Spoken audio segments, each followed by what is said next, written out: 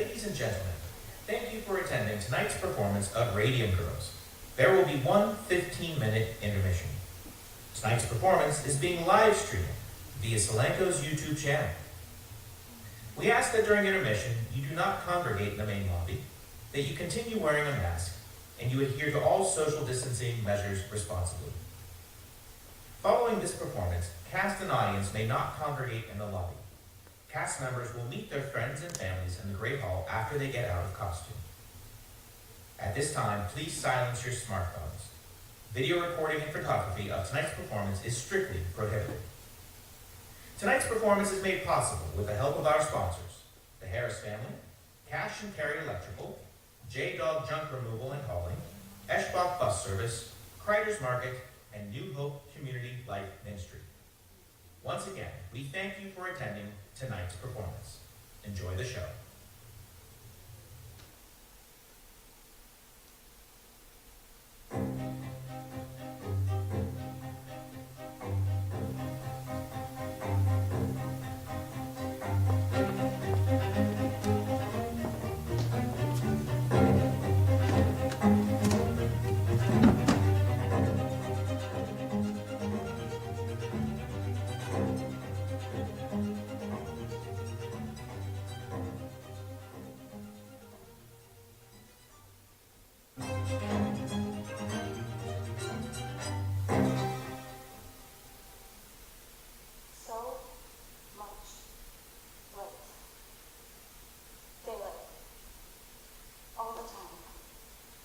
Sunny days, you almost felt like you were sitting outside. It was that light. That supplied you, Grace? It was a factory. I thought it would be dark and dirty. Then why go work there? I was 15. It was time I came in right. In a way, what about school? I didn't busy so much. The girls were all so nice, and the work wasn't hard, really. It wasn't like factory work. It was like art. Painting battles. We were artists. I'm not really the one you should be talking to. Von Sashaki, he's the one you should talk to. Now, Arthur, you know he won't talk to us. It was his process. Tell me about that process. You used a powder, you used a powder. Girls mixed it with adhesive to make a paint. In that business with the brushes, I didn't invent that. We were doing that when I started there.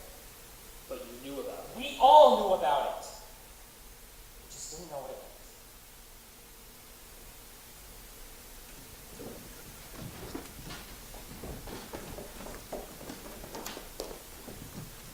Irene? Well, in here. Irene, what are you doing? Shut the door. Molly is working the section today. Is that bad? Not for us. She's going to be sitting in this room all day by herself in the dark, checking dials.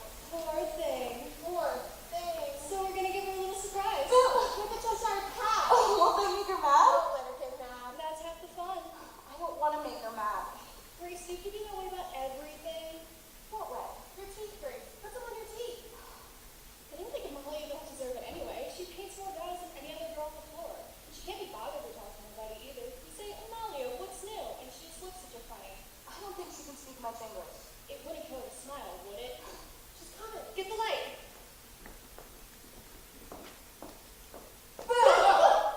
Oops. Mrs. McNeil. Paint in your faces. Have you gone off your mind? It was just a joke. Just a joke. A joke like that can leave the girl her job. Now, Mrs. McNeil, I'm sure it's not necessary. I don't tolerate no foolishness, Doctor. Job. Foolishness you don't want. Do we? Mr. Rita, this is the inspection room. All the girls come here have their painting. And these are some of the girls who should honor the floor being verbally. Girls, this is Mr. Rita, my new vice president and your new plant manager. And I was just telling Mr. Rita what a fine bunch of girls we have here. I'm sure now he must think I'm halfway out of my mind. Mr. Rita, can I share some words with the girls? Mrs. McGinn. Well, girls, this paint you've been playing with, it's very expensive. Do you realize this? It takes several tons of ore to produce a single gram of radium. That's a lot of work. Hard work for the men in the extraction plant. But they do this work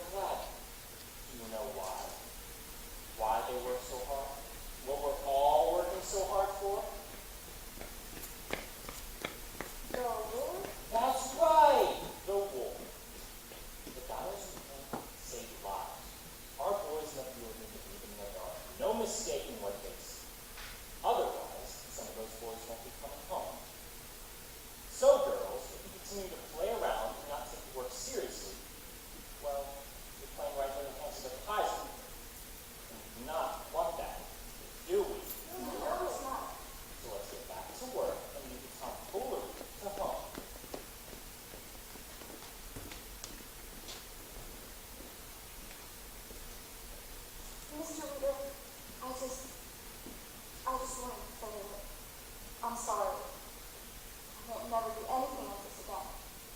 Well, just keep this in mind. If you're right by us, we'll be right by you.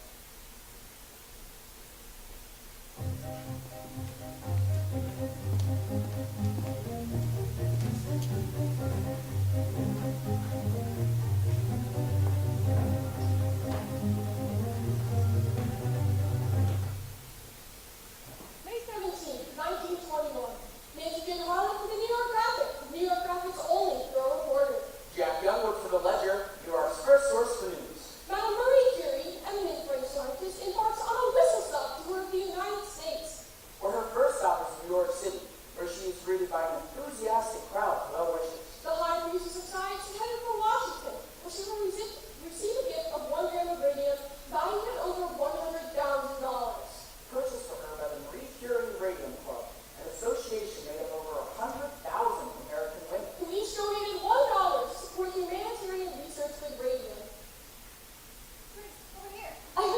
Look, I got my certificate. Member Marie Curie Radium Club. You gave $1? It's all for science. Science? What about my really bored? Oh, there she is. Welcome all. I must ask you, ladies and gentlemen of the press, to please limit your questions. Madam Curie is about to embark on an exhaustive tour of the country, and she is under strict doctor's orders to rest. Although, in the typical fashion of a scientist who can only think of her research, her life's work, she has refused to rest. Madam Curie, what will you do with the radium? Eh? What will you do with the radium? I will continue my experiments to find better methods for the treatment of the cancer. Is radium a cure for all cancer? Cure for the cancer? Yes, that is so. Cure for the cancer. It is ought to cure all kinds of the cancer, but some doctors dispute that. They do not understand the method. There is no question about it. Radium will cure the cancer. Madam Curie. Madam Curie, how have you managed to devote yourself both to science and to your children?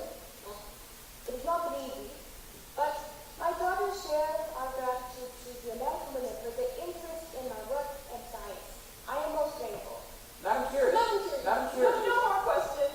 Madam Curie's on a tight schedule. Mrs. Andrew Carnegie has sent a car and will personally escort Dr. Curie, as will I, to Washington, where President Harding will present her with a gift of 1 gram of radium. Madam Curie, one more question. Madam Curie, please. Please.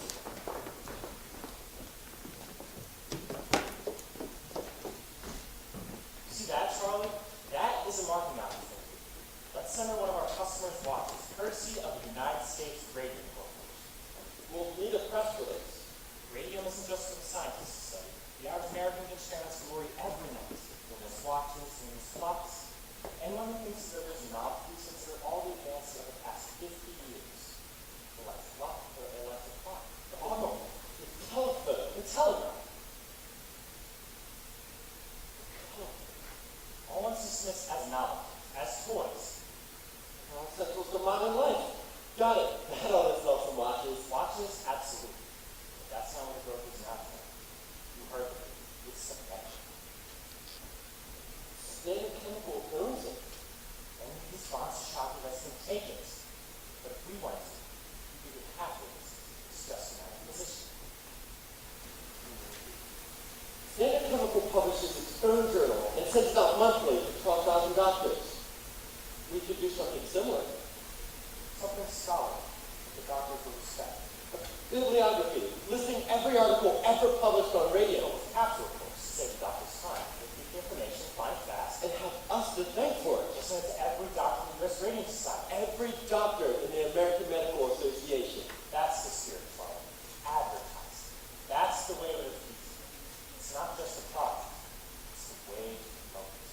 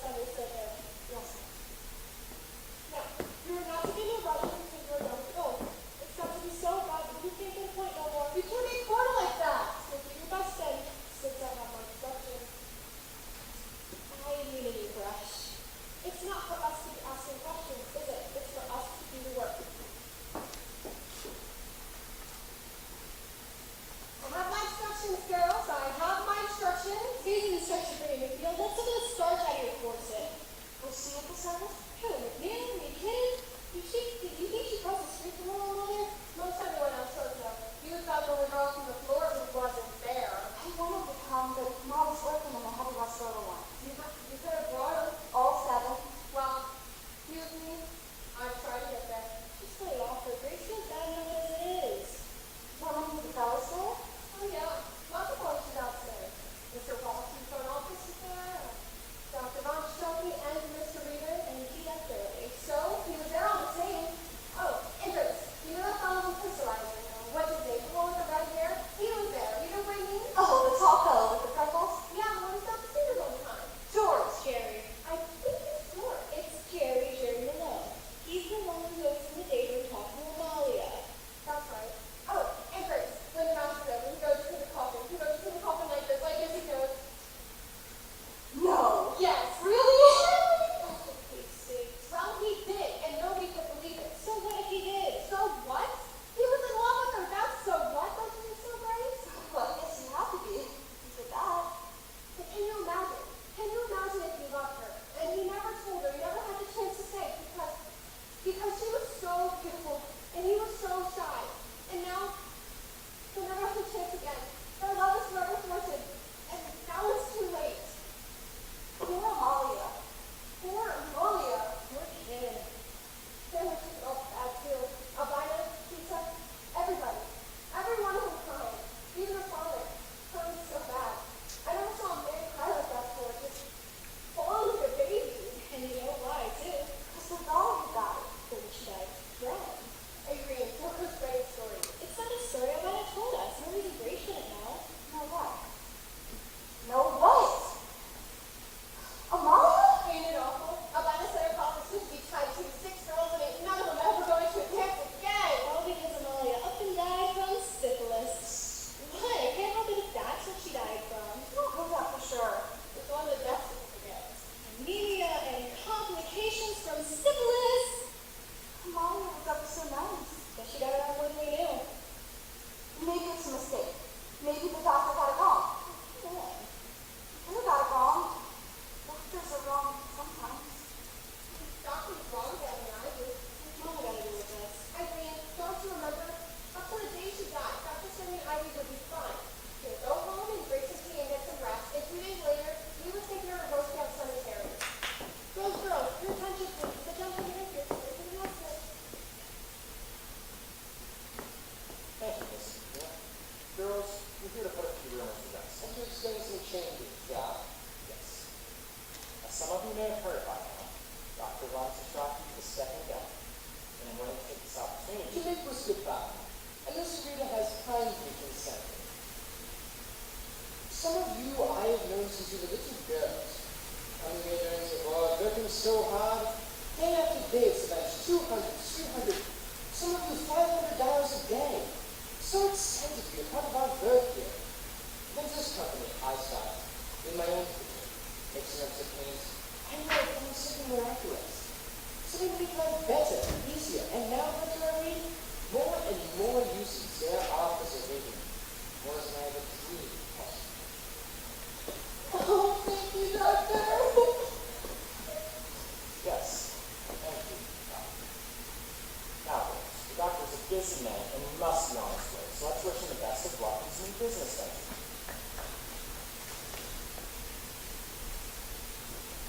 Very well then, girls. And to you as well, Mr. Reader. Let us go and give up wish to you also. Choose a place to serve as a new company president. Our congratulations to you. Thank you. When Mr. Reader came to us 4 years ago, I saw in him a young man of great enterprise Thank you. and great ambition. Thank you. Little did I guess the direction his ambition would take. But one of the things that makes this country so great is the opportunity it presents to a young man and his friends. And so, girls. And so, ladies, let us congratulate Mr. Reader as the new direction he intends the company to take. Now, Doctor. Wish to slow down in dial painting and to business moving into the medical market. There's going to be a lot of changes, yeah. What the doctor is referring to, some of our customers have begun working their own power. Here. In the short run, things may be slower. However, the water company is not taking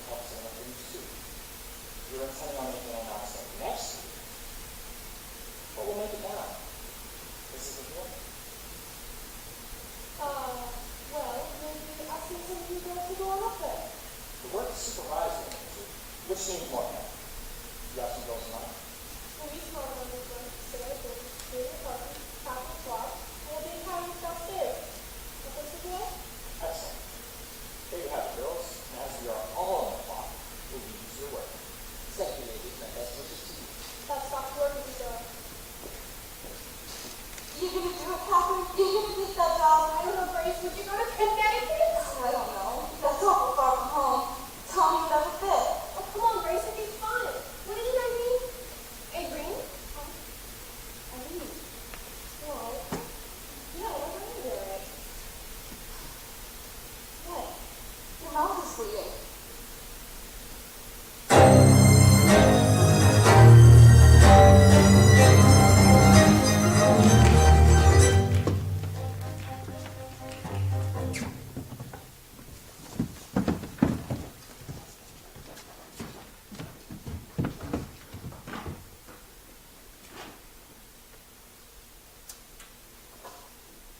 $35 a week. She quits the place. More life than money. That's what you say when you're young, Tom. If you and Grace used to be my age, the house full of kids underfoot, we'll thank God for every penny it provides. But we've got money for a while. How much? You know, if you get married on. Don't take much to get married on. You have to stay married. You really think that we'll find out. You still eating, Tom? Wrong. You're gonna get fat. Gotta keep strength up. He works hard for his money. Don't start, Mom. I didn't say nothing. It's your father who moved the roof over there. He didn't hit the roof. You should have seen the man's face, Tom, when you found out Grace wasn't working no more. Most folks give their eye teeth for a job like that. Good money, easy work, nice looking fellas around the plant. You just go without that, okay? What's not many of them? Harder to work than mentioned.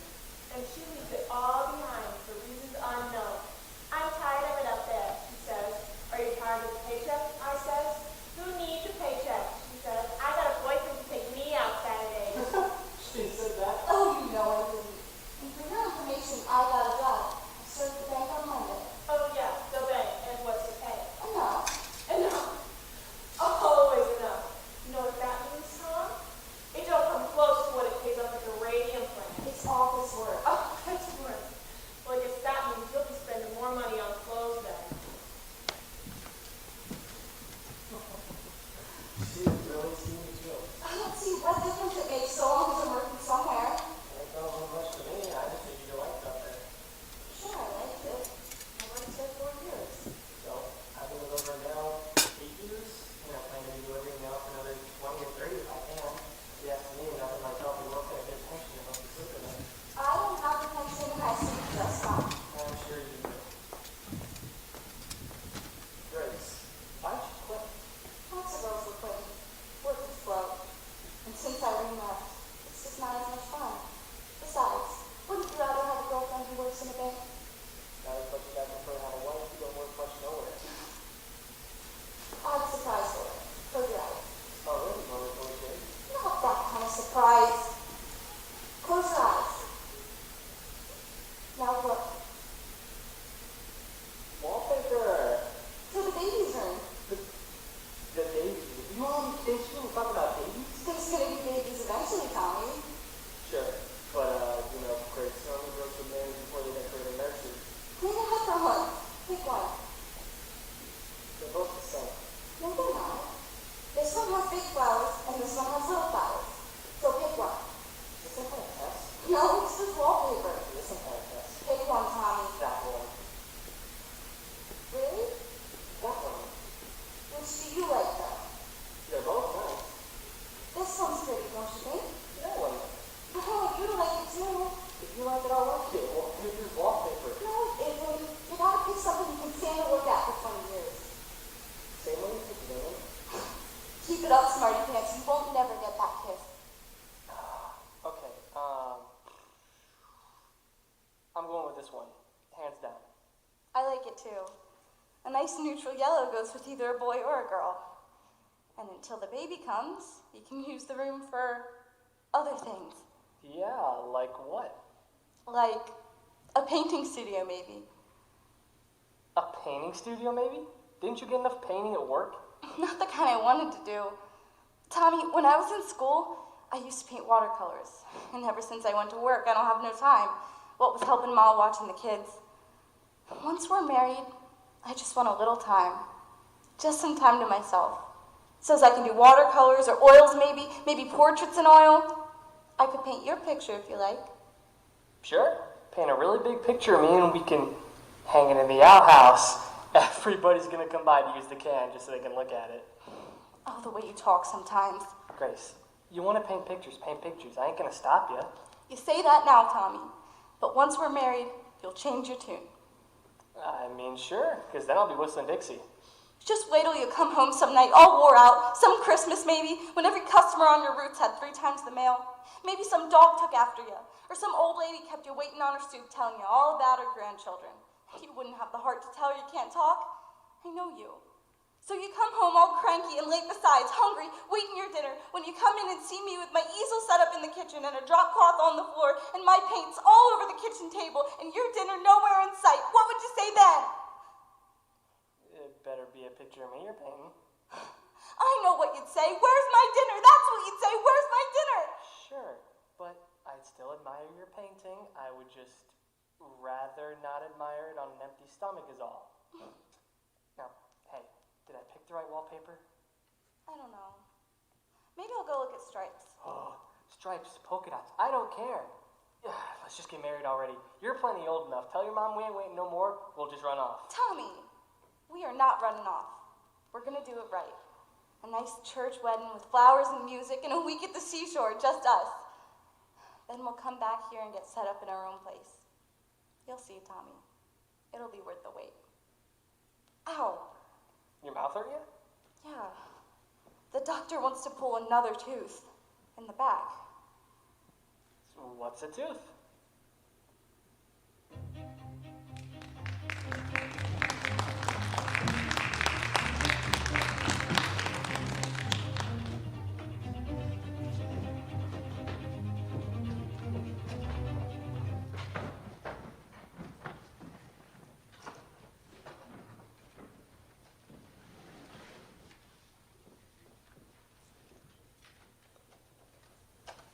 Hazel Kuzer, any connection to the others? Only by virtue of employment. Except she's got a good lawyer. Knows how to write a good letter anyways, that lawyer. And she no longer works here. Left 6 months ago. This makes 4 now. 3. 4 if you count the magic girl. I wouldn't include her. But she worked here. She also worked other places. And what she died from, you couldn't catch it here. At least, I don't think you can. It's not funny, Charlie. Besides, it's just idle talk. In my experience, there's usually something more to the idle talk From when a it large comes to family. girls like that. She's from a large family, right? Italians, the conditions they live in, 10, 12 people to 3 rooms. It's a wonder they don't die of one infection or another. 3 then. And how many dead? Only Miss Magic, but I haven't heard from her people. Well, that's too late for them anyway. The statute of limitations is 2 years. Miss Kuzer is another story. She's in a position to make some real trouble now. In all the time I've been here, no one has so much as slipped on the floor. And now this? We're talking about 4 girls out of how many hundreds we've employed? 600, 700 And over the years? some of them were sick when they got here. The one girl you hired was a complete cripple. Couldn't even climb the stairs. Her father had to carry her up to the studio every morning. It didn't matter to me how she got up the stairs. She was a fast worker and a very sweet little girl. But she was in poor health. She needed the work. Arthur, And Charlie. not just for the money, but to feel productive, to have a purpose. That's what work does, Charlie. It gives us a purpose. And I don't see any reason why we should stop hiring girls like that. When they get sick and try to blame us for it, you might want to reconsider that policy. Let's see what Dr. Drinker has to say. Dr. Drinker? Some professor at the Harvard School of Industrial Hygiene. He's the chair of his department, and he's agreed to take a look at some of our operations. Don't you think we're jumping the gun a bit here, hiring him? We've had 6 girls quit this week, and Mrs. McNeil tells me there could be more. Girls come and go all the time. It's never been like this. These girls are terrified. We've got to do something to calm them. Letting Drinker examine them? That sounds to me like a recipe for mass hysteria. We'll tell them it's a routine physical. Edward? Companies get physicals all the time. Then Drinker will start next month.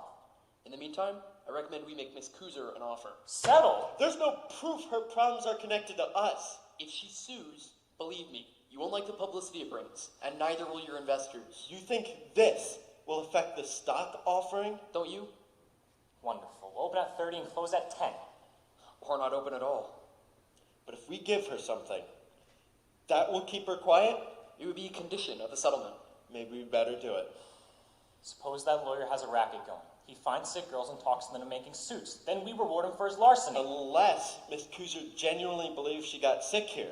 It could be, like Charlie said, she comes from a large immigrant family, not well educated. A few $100s would make a big difference to a girl like that. Certainly. Pay a few doctor's bills, buy some medicine. From the sound of that letter, the girl doesn't have long to live anyway. So, it would be a gesture of decency then. Exactly.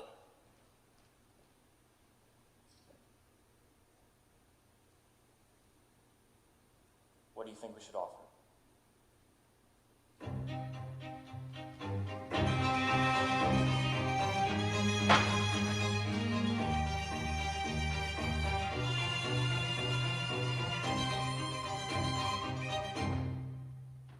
March 24th, 1924. Jack Youngwood for the Newark Ledger. Nancy Jane Harlan for the New York Graphic, the New York Graphic's only girl reporter. Could radium water pose a cure for crippling arthritis? Scientific studies suggest connections. Dateline, Orange, New Jersey.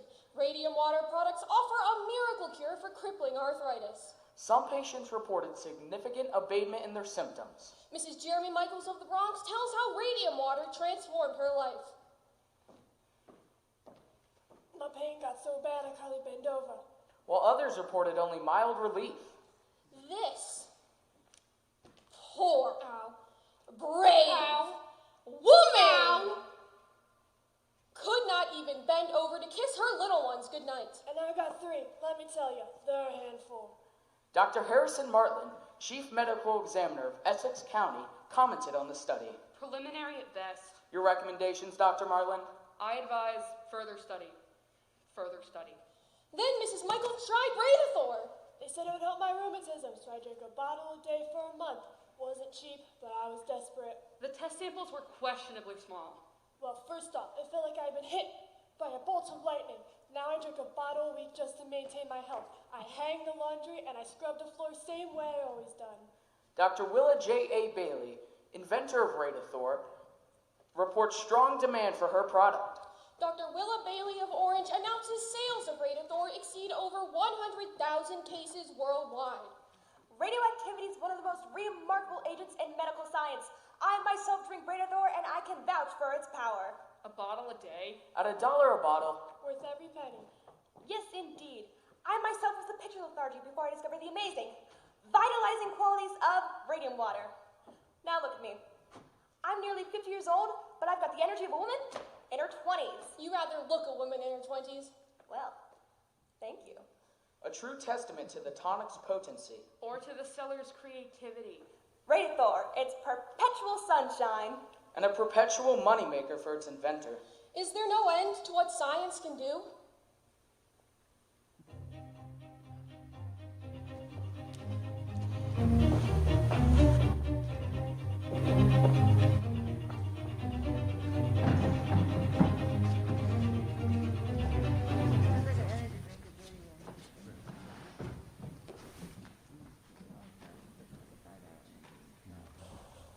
Maybe we should make an appointment.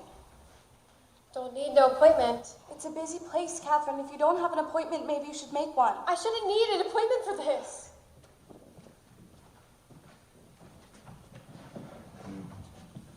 I'm sorry. I don't find anything under Schwab. No, it's under Rudolph. Rudolph? The girl I'm asking about. Irene Rudolph. Did she file the complaint? No, the dentist did. The dentist. Dr. Neff, Irene's dentist. He said she might have a fuzzy jaw, and he was going to complain to the health department about it. But when I asked him, he said he hadn't heard nothing, and it's been more than 6 months now. Fuzzy jaw, you say? Yes! Catherine, maybe it's like your doctor said. A blood infection. Yeah, but what gave it to her? That's the thing. What was it from? Could have been from dirt. You get infections from dirt all the time. From dirt. Her face puffed up like a pumpkin. Her jaw rotted so bad she couldn't eat nothing. You think you get something like that from little dirt? You get it from phosphorus. They say that's radium that's in that paint, but it's really phosphorus that makes it glow. Honestly, Catherine, you can't really believe that. You saw her, Grace. Catherine, if it was like you say, they wouldn't let you work there in the first place. Sure, they'd shut the place down. Shut it down? Who?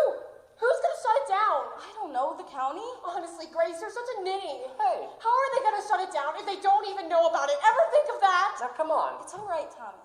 She has no business talking to you that way. She's just upset. Upset. She's gone around the bend.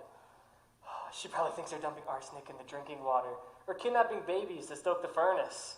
Go ahead and laugh, but you won't be laughing so hard when it's you coming in here 6 months from now asking after Grace. For crying out loud. Catherine, it's just a toothache. Yeah? That's how it started for Irene. Just a toothache.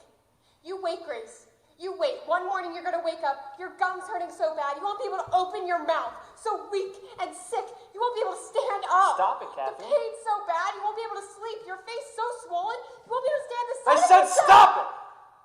Grace is fine. Right, Grace?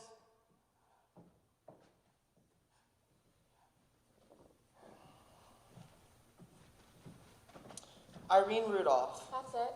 She worked at the radium plant. Yes, sir. Nothing. Huh? The company is in full compliance with all state health and labor regulations. They ordered an analysis of the paint. Let me see that. Miss, Who's really? Miss Young? That's the health officer, miss. The paint is a harmless compound of radium and zinc? As I was saying, the analysis shows there was no phosphorus in the paint. There was no phosphorus anywhere in the plant. There. You see, Catherine? Miss Young toured the plant herself. She found nothing amiss. I'm sorry.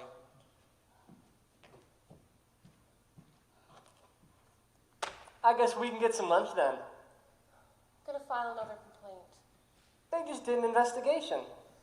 I'm gonna file another complaint. Oh, brother. Catherine, these folks, they're awful busy here. I'm gonna file another complaint. I just don't see what good it's gonna do to make a fuss like this. 3 surgeries, and they wanted to cut her again. She finally said no. She knew. What was left of her jaw, it rotted so bad and the smell was terrible. And the worst of it was, Grace, I couldn't even look at her. Irene was so afraid of being alone, and I left her alone. Irene died in the middle of the night, and no one was with her.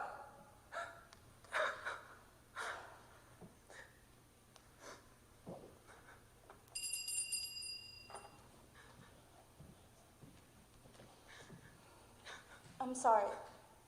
Can we have another form? My friend would like to file another complaint. Another complaint? Is this girl still sick? No. She died. Wait right here.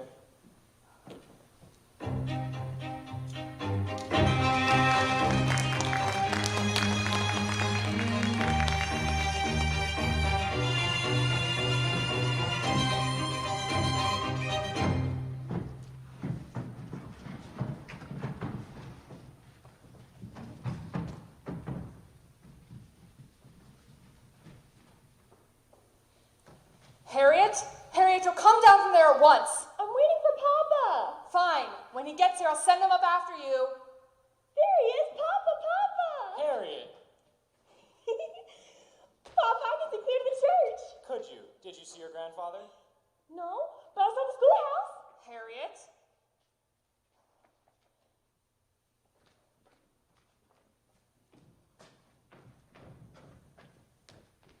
I want you to speak to her.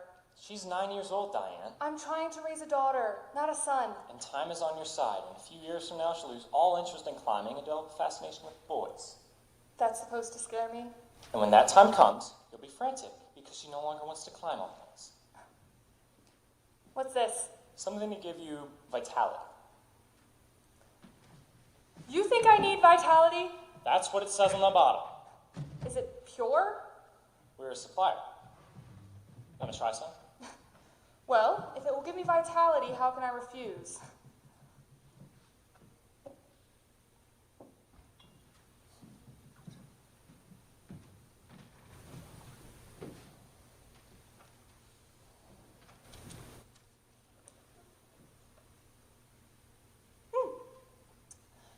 came by to see me today. Another hard luck case. 4 children at home, all under the age of 6. Let me guess. Wife in the hospital with cancer. Yes. And the husband's been laid off from, let's see, the brickyard. Yes. Through no fault of his own. How did you know? Dad was around to see me yesterday. It's never enough to just have ordinary ambitions. You have to have a mission in life. And you do. No. I have a business plan. You can't tell me you wouldn't help this man if you could. If I could, but I can't give him a job that doesn't exist. What about Dan Lehman? Dan? Maybe he could use some help. In the laboratory? Dan needs trained technicians, not a bricklayer. Why don't you send him to Miss Middleton? Don't you women have a social club for things like this? You mean the Women's Club Civics Committee? Right. Yes, the club takes an interest in such cases, but we're not an employment service either, which is why I thought you could help him. Oh, you do love being married to company president. It has its advantages. Ever think of trading it in? Do you? I got my shoes shined this morning, and then as I sat there and watched the boy work, I thought, this is quite the enterprise. The work walks in, the work walks out. No inventory, no warehouse, no health inspectors, and no stock price. And you'll trade all of it in for your own shoe shine stand. Fewer headaches that way. So you're in one of those moods again. What is it this time? It can't be the market. It went up today. Now you're reading financial pages? I have to entertain myself somehow. So what's been going on? You're acting very strange. Am I? I'm sorry. You can tell me you know. There's nothing to tell, really. This is going to be our best year yet. So it's the prospect of success that you find so disheartening. I'll get my check. What for? Your bricklayer. Artie, he needs a job, not charity. What is it your father says? A working man needs to work. It wears on his soul not to work. If it's a matter of his soul, that's different. All right, I'll have him talk to Dan. Artie. But I make no promises, Diane. No promises. To your health.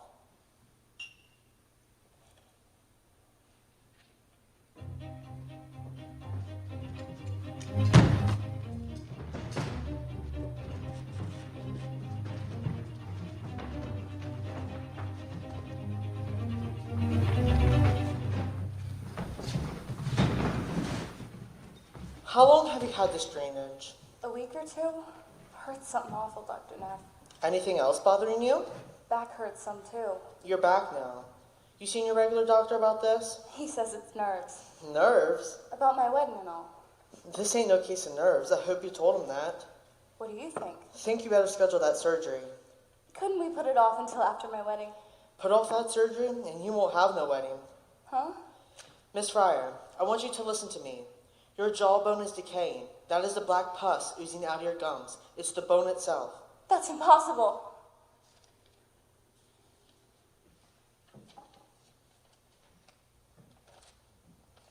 To Mr. Arthur Reeder, U.S. Radium Corporation. From Cecil Drinker, Harvard University, enclosed is our report. Finally. We believe the trouble in your plant is due to the radium. Radium? It can't be as bad as all that. This can't be. Put off that surgery, you may develop a septic condition. It could be fatal. The blood changes in your employees can be explained on no other grounds. Everything I've got I saved for my wedding. Photographic films carried by employees show heavy fogging. I got a suggestion for you. And we suspect high levels of gamma radiation throughout the plant. Go to the company and explain your situation. Go to the company? We realize no proof can be offered at present.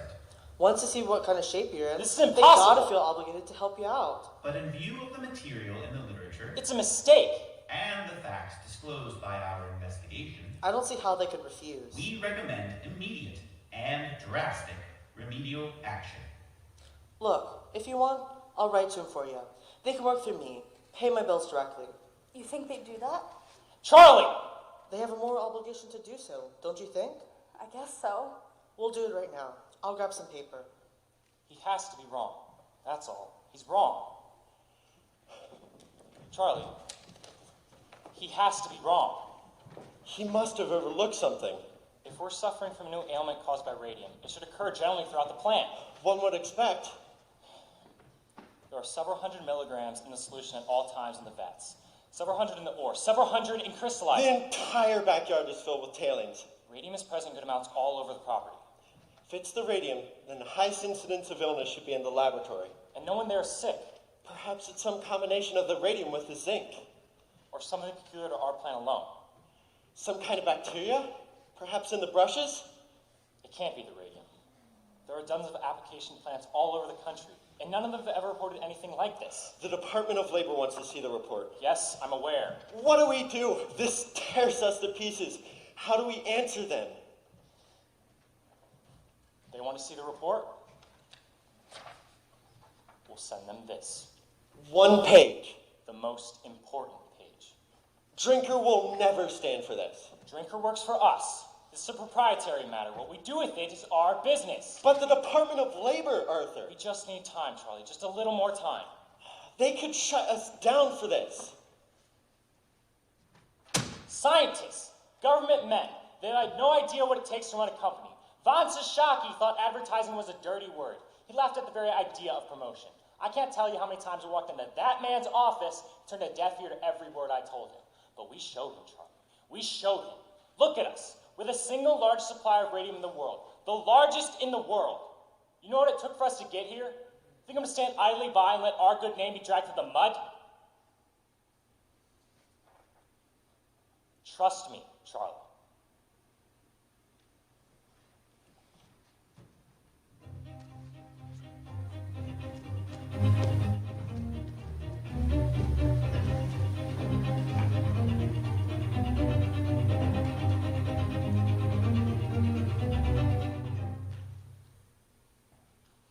Dr. Flynn, it's awful nice of you to come all this way. Oh, not at all, my dear, not at all. I told the surgeon you was coming, so he gave me the results of my blood work. Excellent. And so? I must say, Miss Fryer, your blood looks better than mine. It does? That's what happens to an old man who smokes. Now tell me, what's troubling you? My feet and my back mostly. I've had to wear a brace for a while. And this started before you left the company or after? After I left. Dr. Neff says this all has to do with the radium plant. I know another girl who died from it. Irene Rudolph? Ah, yes. A terrible thing, Vincent's angina. What's that? It's an ulcerated condition in the mouth, my dear. From the radium? Oh, no. It's an unfortunate and rare case of poor dental hygiene. So let that be a lesson to you.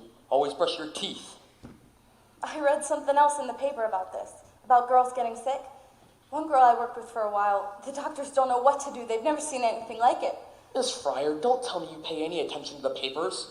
Their stories are not scientific. But... Reporters are not scientific. They do not follow the scientific methods. Reporters write to sell, not to educate. The scientist is not concerned with what sells. He is concerned with the truth. He undertakes years of painstaking study to arrive at an understanding of the intricate natural processes that most people can never presume to comprehend. You would do well to listen to science and ignore the nonsense printed in the newspapers. Because I can tell you, right now, radium has nothing to do with what's ailing you. It doesn't? Not at all, my dear, not at all. Then what is ailing me? Poor diet, Miss Fryer, poor diet. But Dr. Neff said... Dr. Neff is a dentist, not a physician. What you have is a vitamin deficiency. You must eat more fresh fruit. Hard to do in the winter. And raw meat as well. That will help with the anemia. Raw calf liver particularly. Cook it if you must, but eat it twice a week at a minimum. Oh, no. Miss Fryer, I am a scientist, and I take a purely scientific interest in your situation. By allowing me to examine you, you are helping me to further my own studies. I thank you. Call me any time of the night or day. Okay, Dr. Flynn. Thanks. Happy to be of service, my dear.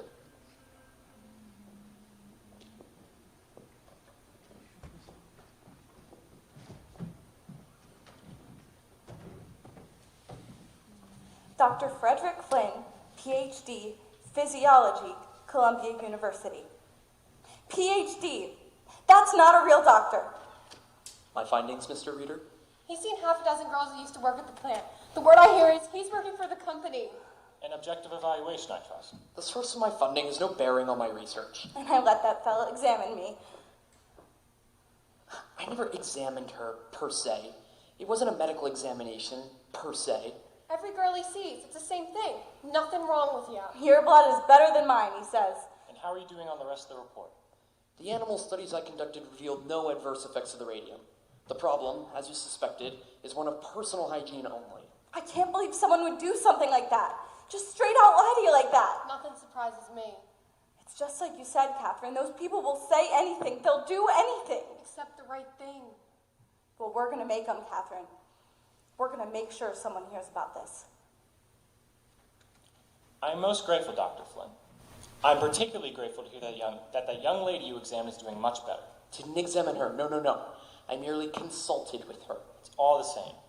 She is doing much better, isn't that so? From what I can see, Mr. Reader, she appears to be on the road to recovery. Excellent. Here is my statement of fees and expenses. Mr. Lee will draw you a check.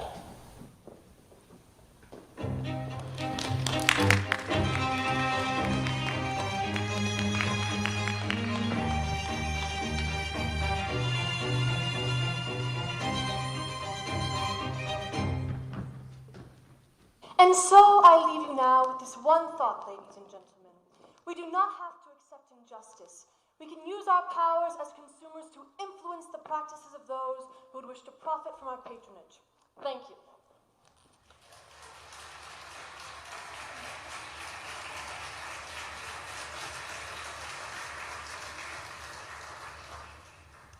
Thank you, Miss Wiley, and thanks to the New Jersey Consumers League for another job well done.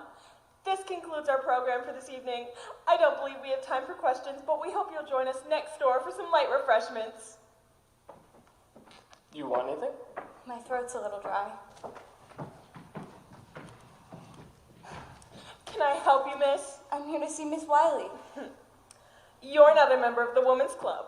No, ma'am. Are you a guest of a member? No, ma'am, but Miss Then Wiley... I'm sure Miss Wiley would be happy to see you during her regular business hours. I'm not leaving till I see Miss Wiley. It's all right, Miss Middleton, it's fine.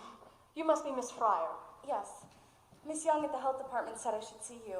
I know I should have come by your office, but I missed a lot of work lately and I didn't want to miss no more. No need to apologize. I've been meaning to call you myself. Please, sit down. Me and Catherine, we wrote to the company about our troubles, but we never heard nothing. So then we went to see some lawyers, but they all said they can't do nothing because it's been so long since we left the radium plant. Something about the law won't allow it. Statute of limitations. Right. And one lawyer, he said he would try and sue anyhow, only he wants $1,000 up front. I already spent everything I saved for my wedding on doctors and dentists and hospitals, and I still don't know what's wrong exactly. And Tom, that's my fella, he just don't care. He says he wants to get married anyhow, but I just wonder, what good will I be to him? Like this. Miss Wiley, if I could just get some compensation, I could settle my debts and maybe I wouldn't feel like I was saddling Tom with such a burden. I'm sorry to rattle on you about such things. I'm just so tired of being pushed around. I don't blame you. Miss Young at the health department said the Consumers League has, what'd she say, clout? I'd like to think so. We've certainly had our share of successes. Can you help us then? Tell me, Miss Fryer, just how far are you willing to go with this? Ma'am? Suppose I do find a lawyer to take your case. Someone willing to take it on a contingency. You wouldn't have to pay him unless you won. Would you be willing to sue? I want my compensation. Of course you do. Now suppose the company says, here's some money for you, Miss Fryer, only you're to say nothing of what we've agreed to. You're to tell no one of how you got sick. Keep it quiet, you mean? Yes. That don't seem right. It isn't right. But that's what they'll do. They'll try to buy your silence. Is it for sale, Miss Fryer? No. No, ma'am, it isn't. Good. Can you help us then?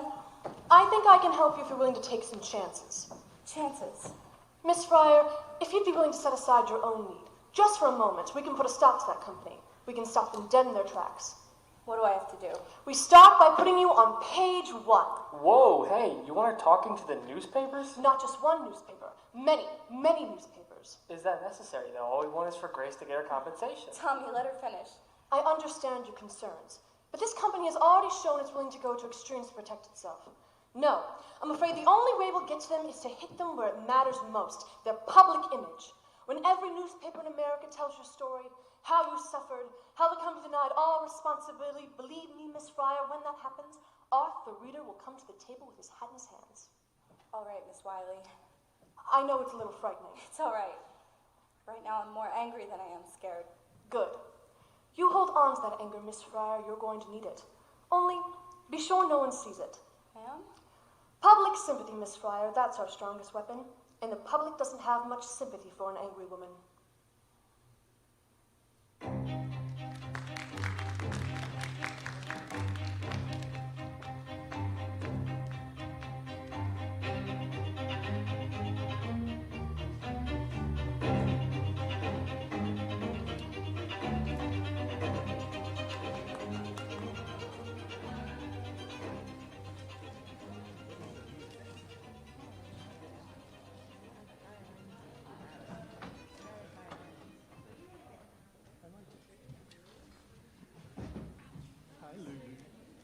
And now a word from our sponsor.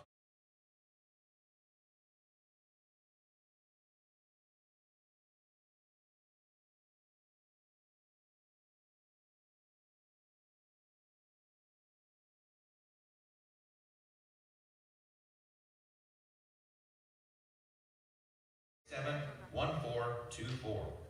Joe Urick, owner and operator, says, J-Dog has given me the ability to provide for my family and give back to my community while supporting local veterans.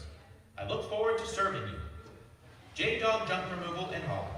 For veterans, by veterans. We all have seasons when life is hard. 2020 has been an overwhelming year, and you may be experiencing increased fear or anxiety.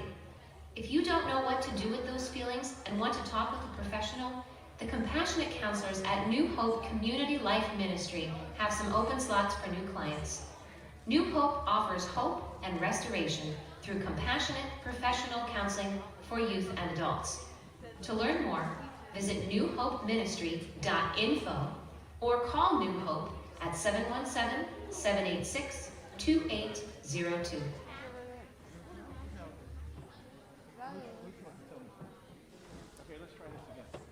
At Cash and Carry Electrical Supply Incorporated, we strive to be the most reliable, efficient, and customer-friendly supply house in the market. We carry a variety of electrical supplies, hardware, and tools, and offer a display showroom of decorative lighting fixtures. We welcome contractors of any size, agricultural customers, small businesses, and homeowners. Visit our website at www.cashandcarryelectric.com. That's www.carryelectric.com. Stop in or give us a call. Cash and Carry Electrical Supply, location on Hess Street in Quarryville. Carries supplies for all your electrical and lighting needs.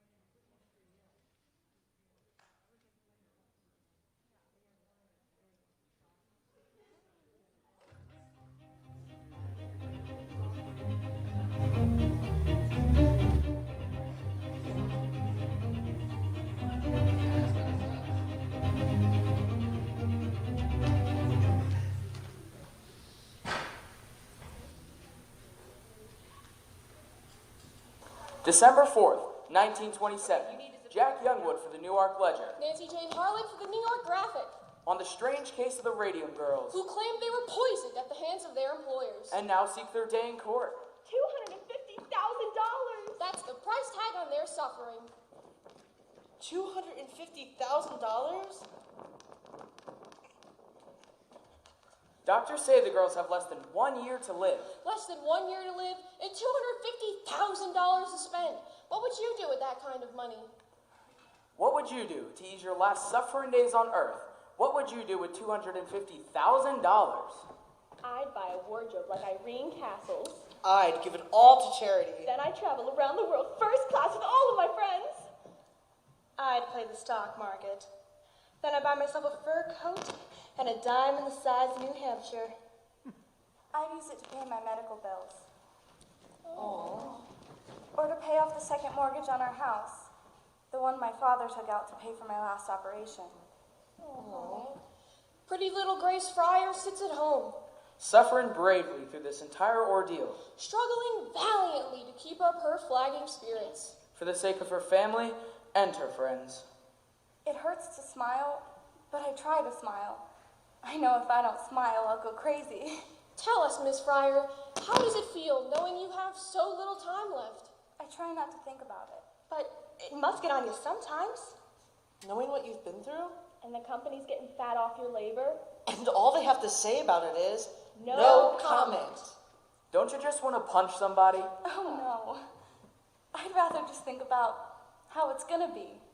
When justice prevails, then I can do something nice for the folks. Maybe send them on a trip. They never did have no honeymoon. What a fine example of womanhood. We can only aspire to bear our cross in life as nobly as this young girl.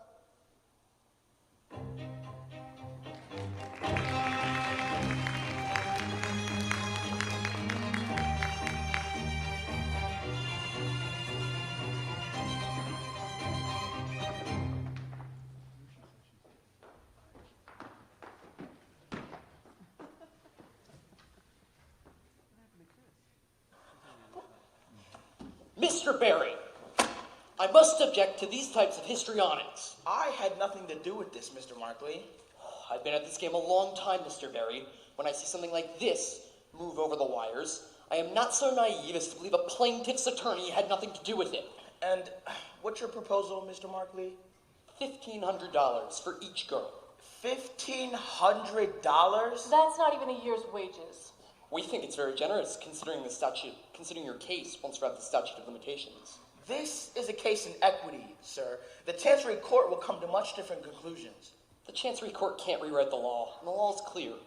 2 years from the date of injury. Your clients are out of time. 2 years from the date the cause of the injury is discovered. Very clever. Very creative, Mr. Barry. I must say, I admire your imagination. But you've got a long way to go before you convince the judge. And in the meantime, Mr. Markley, the press will continue to take a great interest in the story and in the company's complete indifference to its workers.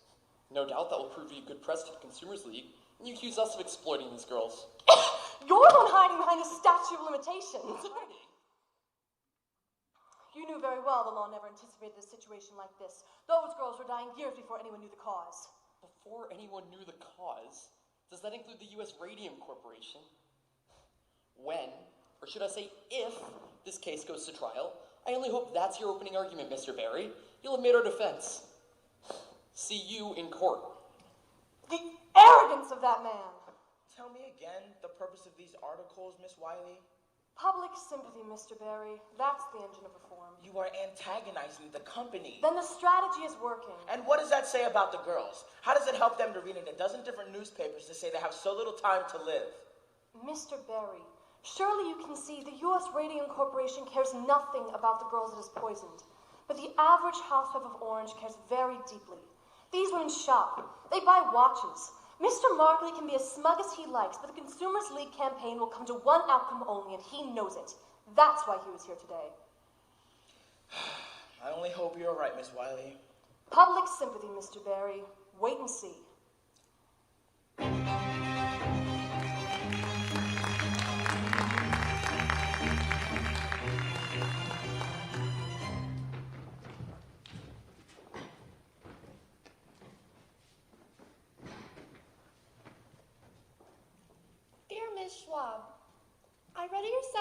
in the Boston Globe, and I'm so sorry for your plight. It seems in this time of rapid advancement, the well-being of the average worker is overlooked. I would like to share with you the key to my health at the age of 92. It is called Christian Science. Dear Miss Fryer, I read up your woeful situation in the Atlantic Constitution, and I'm prepared to offer you a solution. Venacine, a wonder tonic made from all natural ingredients. Venacine will restore your health and vitality. We're prepared to offer you girls a lifetime supply of Venacine in exchange for the exclusive rights to use your pictures in our advertisements. Dear girl, I read about you in the Billings Gazette. I run 100 head of cattle up here and do very well by myself. I've always longed for a companion and am well equipped to offer you a comfortable home in your final hours.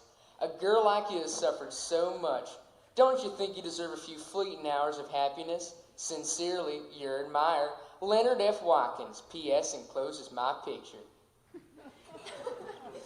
Look, Catherine, this man actually sent a picture. You all right, Catherine? Bleeding again. Shall I get the nurse? It did this before. It'll stop. Maybe we should go. No, don't go. Don't you need to sleep? Who can sleep? I never sleep. Well, you'll sleep tomorrow. Yeah, I might not wake up. Of course you'll wake up. Not if it don't go well. Sometimes you don't come out of it so good. My mother's cousin, she went into the hospital for her appendix and she didn't come home again. Well, you just can't think that way. That's all. Look at this mail, Catherine. Miss Wiley said folks would take our side and she sure was right. Here's one from California. What if we don't win? Of course we'll win. But what if we don't? My father will lose the house. We'll be on the street. And you'll be on the street too. Your father must owe thousands. And you and Tom, you won't never get married. How can you stand it, Grace? Catherine, please. How can Tom stand it? Don't you ever wonder, Grace? I never hear him complain. Catherine. As soon as the judge hears our testimony, he's gonna rule for us. All they gotta do is take one look at us, and it'll be over in a day. You think so? Sure. Once they see what kind of shape we're in, it'd be awful hard to ignore, don't you think? That'll be something then. See the look on Mr. Reader's face when we go up to the stand. Now, you want to read more letters? I got chocolate. They didn't have any vanilla. Took you long enough. Don't get on me. I had like 6 reporters stop me on the way over here, and all of them are looking for you. Waiting for me to die. No one is waiting for you to die. It's true. One of them called my mother and asked if I had died. And when she said no, they sounded disappointed. Eat a little of this. You'll feel better. Evening, girls! How about a picture? What are you doing here? We need some pictures for the graphics exclusive on the girls. What are you talking about? $5,000! That's what. What do you say, Grace? Think you could use $5,000? I don't understand. Perhaps you've heard of Bernard McFadden? Who, that faith healer?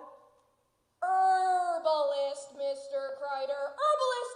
Bernard McFadden's patented herbal therapy is just the thing to get these girls back on their feet. And the graphic will pay for it all. All we ask is the exclusive rights to these girls' story from here on out. See for yourself. You want to pay us to go see Bernard McFadden? Easy money, huh? Let me see. They're serious, Grace. The graphic always does business on the up and up. I don't know. Grace, what does your father own the house? I don't know exactly. And the last hospital bill is a couple hundred at least. At least. And all we do is talk to this herbalist fella. Of course! We'll need to get our money's worth. A regular series of features with pictures following the course of your treatment, illness, recovery, or otherwise, depending on how it goes. And then you print what you want. Maybe we add some color.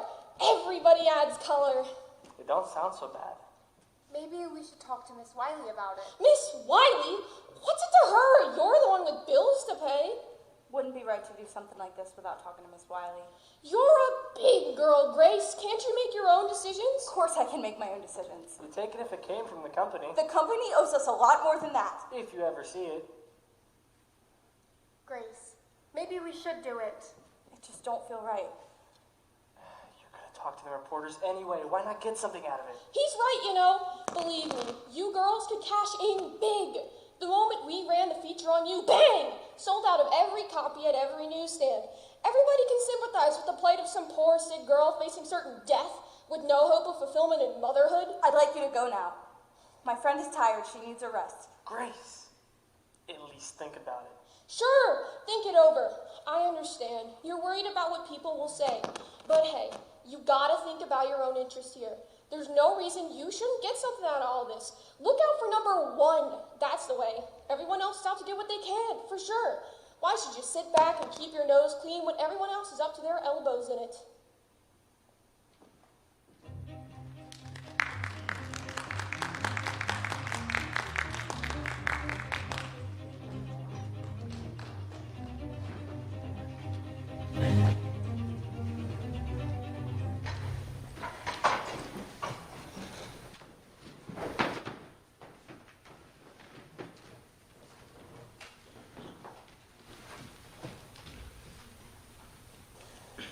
Ladies and gentlemen, I have treated a number of the girls who claim they got sick here. One girl's jaw has rotted so bad, I removed it simply by lifting it out of her mouth.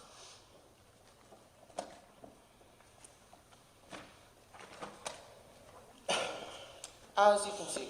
Oh, that's all right, Dr. Neff. You can put that away. Maybe you'd rather look at it on the x-ray. This was an expensive case to treat, and I never did get no compensation. The girl died. Her family never paid. I sympathize, Dr. Neff, but what has that to do with us? Here's it straight.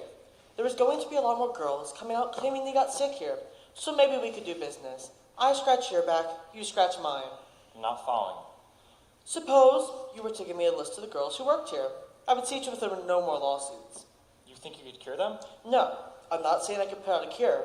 I'm saying I scratch your back, you scratch mine. How so, Dr. Neff? I'd examine them for radium necrosis, and then I would come up with a favorable diagnosis for you. Pyria, say, or something else.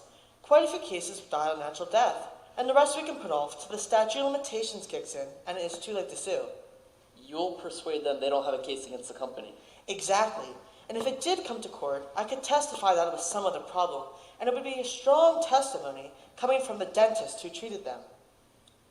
What makes you so sure that these girls would come to you? They'll come to me quick if I don't charge them nothing. Because we'd be paying you. Exactly. Do we understand each other, Mr. Reader? What exactly are you asking for, Dr. Neff? I need $10,000 for my trouble so far, and for every girl I would agree to see from here on out, $2, plus expenses for x-rays. I'm suggesting a gentleman's agreement here. Better off if it's not in writing. No. All right, we'll put it in writing. We'll do nothing of the kind. Your proposal is immoral and will have nothing to do with it. Immoral, you say? You're a fine one to be talking about morals. Mr. Lee? When you got your own hired guns ready to testify. Those are expert witnesses. Expert witnesses? Paid lackeys is more like it. And none of them's got the dirt I got. If you're smart, you'll play ball with me. Believe me, there's plenty of other people interested in this information. You're threatening me. No, just a business proposition. Just looking after my interest, the same way you look after yours. Mr. Lee, see Dr. Neff to the door. All right. You don't want to play ball with me? Fine. But believe me, when this all shakes out, it won't be me holding the short end of the stick. Ladies and gentlemen, I want you all to make statements on what happened this morning, and we'll send them to the State Dental Society. Then Neff will see who's playing ball and who isn't. An excellent idea. I don't know. Maybe we shouldn't be so quick to dismiss Neff's proposal. What do you mean? We're in a very bad situation here, Mr. Reader. That's true. Mr. Lee here says you're having trouble getting girls to work here. Yes, and we've lost some contracts because of it. It's going to get worse. There are stories all in the papers about those girls. Making them out to be saints. And what defense can we put out? Except to say we'll try our case in court. And in the court of public opinion, we've already lost. Perhaps we should reconsider. It certainly wouldn't hurt to have the dentist who treated some of those girls. We should retain Neff. Retain him as what? An extortionist? An expert. Like Dr. Flynn. Dr. Flynn is a professor of Columbia University. Neff is a neighborhood dentist. But Dr. Flynn treated some of the girls, didn't he? He didn't treat them. He consulted with them. He dispensed medical advice, It Arthur. wasn't medical advice. It was an expert's opinion, a scientific opinion. All right, what about this? We retain Neff, but we don't put him on the stand, just so we can keep him from testifying for those girls. That's the most important thing. Yes, I agree. That's the most important thing. Would you agree to something like that, Mr. Reader? Mr. Reader? Arthur. Edward, we can't possibly do this. We can't get into bed with a man like Neff. Arthur's right. We don't want to work with Neff. He could hurt us. We have to take steps. Dr. Neff has already given us everything we need. New evidence. Ladies and gentlemen, this is grounds for a postponement.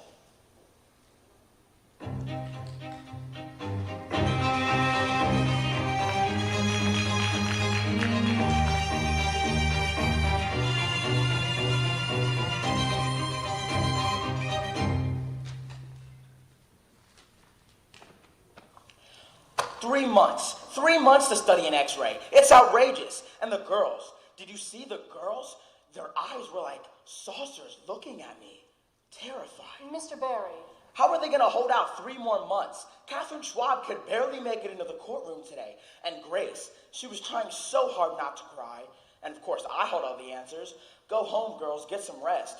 That's the best I can do. Get some rest. You're doing wonderfully, Mr. Barry. It's a difficult case. I don't understand people like Reader. And Markley. How can he play this kind of game with those poor girls sitting right there? Maybe this will help to explain. I received a letter.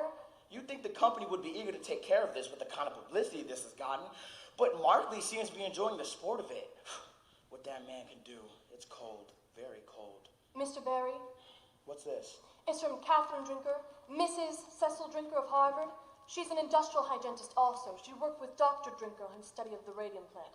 It was a joint effort, actually. That's very interesting, Miss Wiley, but we've already seen this document. There's nothing in it that can help us. You've only seen part of it, Mr. Barry, please. This is the complete report. I received it this morning. Mrs. Drinker has been following our story very closely in the papers, and she was particularly disturbed to read the last article of the Ledger, the one where Mr. Lee says the study clears the company. He doctored the report. Reader doctored the report! Apparently he removed a page listing the blood conditions of a dozen employees and passed it off as the whole thing. Doesn't look so bad by itself, does it? But in context, it's a somewhat different picture. We can use this. Yes, that should impress the judge. The judge? Miss Wiley, I'm not going to wait 3 months to make use of this. I want you to call that contact you have with the New York World. If Reader won't let us present our evidence in the courtroom, then he can read about it in the newspaper.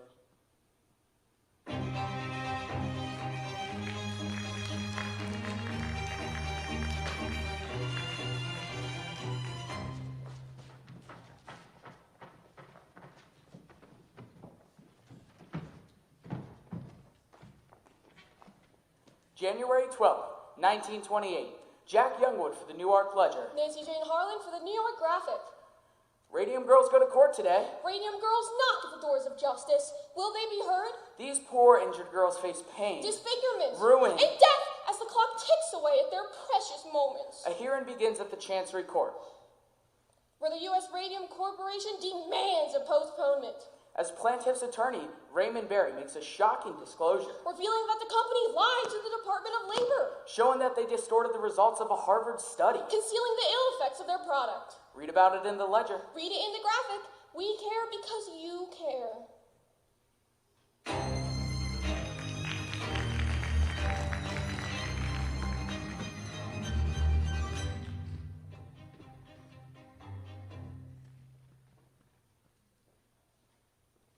Very bad. You didn't read it? I make a point not to these days. If only other people would do the same. Mrs. Mitchell, from across the street. She walked right past me this morning. Didn't say a word to me. I know she saw me. And the women at the market, and the greengrocer, the way they glance at each other. And at the club, Mrs. Middleton and the other ladies, the whispers. Why don't you read the journal? I saw it here the other day. Why don't you read that? At the club today, someone actually had the nerve to say to me, "Is it true?" she said. "Is it true? Did your husband poison those women?" I said, "Mrs. Cowles, if you think this is true, then why would you speak to me at all? I certainly would not associate myself with a woman whose husband did such things." For God's sakes, Diane, don't you see? I don't understand anymore, okay? Hey, I got it. It's fine. I'm sorry for everything. You women think you can go around and fix the world's problems. I can't. Well, your I'm husband's going sorry. to make a living. You're going to quit that club. Quit the club? And stop talking to that idiot Miss Middleton. You're not making any sense. She doesn't know anything. None of those women know anything. You don't know anything.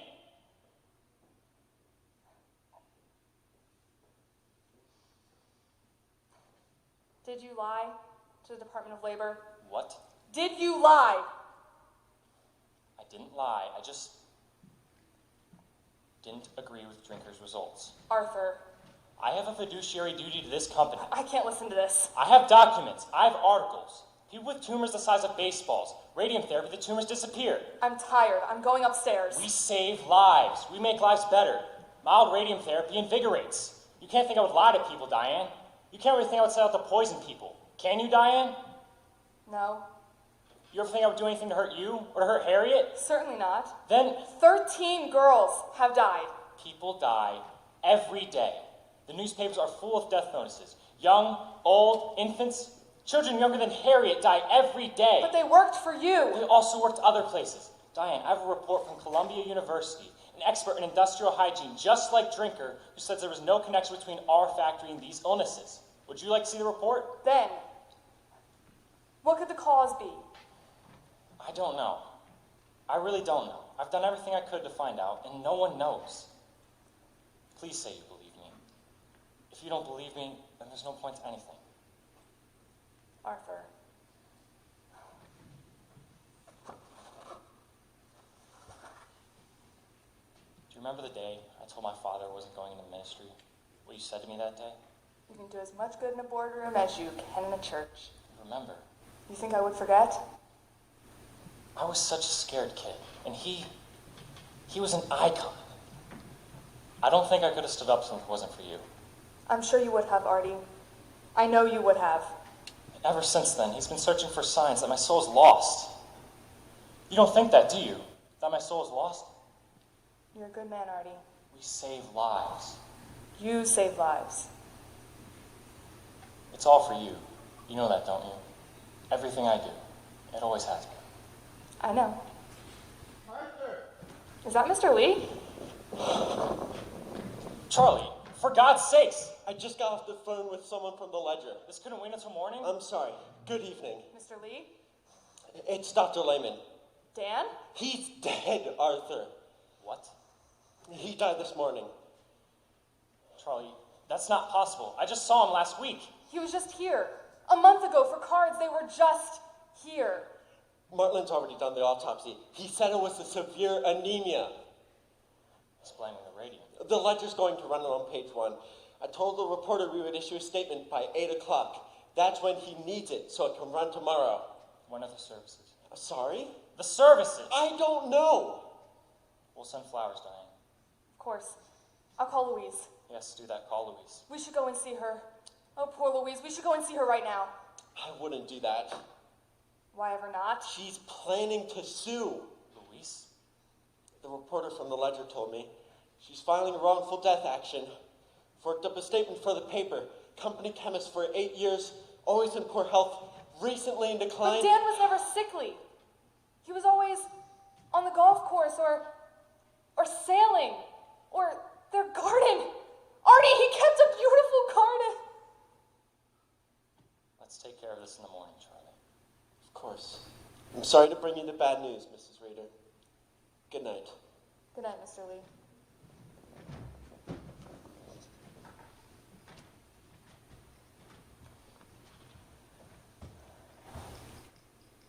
Charlie can be a bit excessive at times.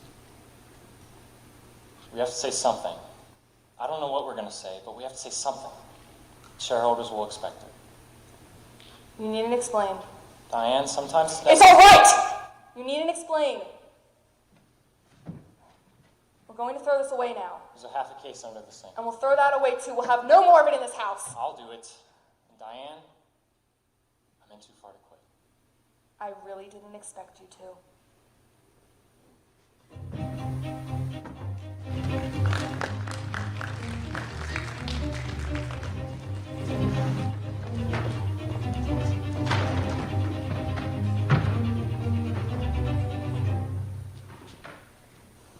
February 21st, 1928.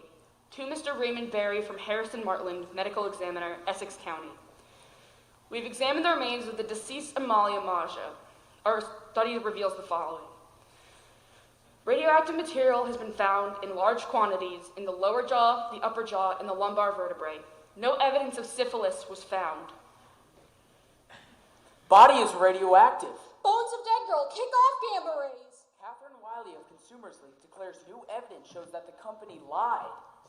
Dr. Joseph Neff, a Newark dentist who treated Amalia, has turned over portions of her jawbone he removed from her mouth. The X-ray film shows the jawbone is still radioactive 5 years after the girl died. Will this make your case? Will this force a settlement? Make our case? No. This gentleman will make our case. Last night, in a graphic exclusive, the founder of the Radium Corporation broke his long silence with this shocking announcement. Radium is one of the most dangerous substances known to man. Dr. Von Sashaki, is it true you assisted with the autopsy? Ja, and given my expertise in radium extraction, I was able to determine Miss Maja had absorbed enough radium to kill 10 people. Doctor, what does this say for mild radium therapy? Are you now advising against it? Radium is responsible for the deaths of these poor girls.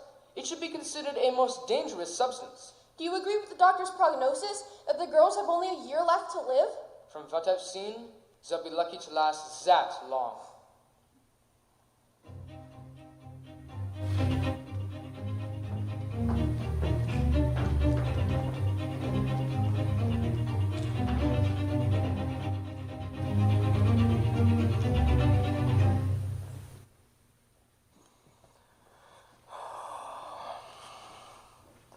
I tell you what we should have done. We should have taken that reporter up on...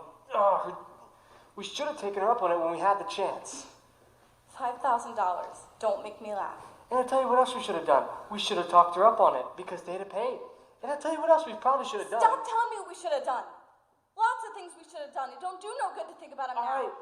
Keep your shirt on. What do you think? The red or the blue? Is Barry going back to the company? I like the red, but it don't fit so good these days. Is he going to try and talk them up a bit? Miss Wiley thinks another interview should do the job. So I say, what's one more, you know? It's worth a try, don't you think? What if they came up to 5,000? Would you take it then? Let them come up. I'm not caving in. It's called a settlement. A settlement. It's just a way for them to hide. Let them hide. Then they win. They're gonna win anyway. Nice you got so much confidence in me. For Christ's sakes, Grace. You've got one lawyer working for nothing against 6 others who are getting paid a bundle, and you think you got a chance? You know what I found out today? They put up lead screens in the laboratory for the technicians. Did they give us lead screens? What do you think? 100 girls in a room, they're going to spend that kind of money on us? And they want to keep it all quiet. Grace. And Miss Wiley says they're going to close down What here. are we doing here, and Grace? move across the river to New York and open up another factory. What are we Nothing ever happened. doing here? I thought the idea was you were going to get enough money to settle your debts, get a new doctor, and we would get on with things. Get on with things. You're still wearing my ring. Oh, Tommy. Grace. Listen. There's a house in my brother's neighborhood. 2 rooms up, 2 rooms down. It's not much, but it's a start. It's already got all your flowered wallpaper, and best of all, it's only 3 blocks away from the school. The school? What do we need with a school? Plan ahead for once. Tommy, what do you think is going to happen? After all this is over, do you think everything's just going to go back to the way it was? Why wouldn't it? I got to see the surgeon again. Uh-huh. I got some fluid. He's going to drain it. Okay. And then he says, there'll be more. So we can deal with it when it comes. And still more, and then more, and still more. Why can't you see that? How can you talk about having children and buying houses? Grace, when you know I that can't there's think nothing? about that.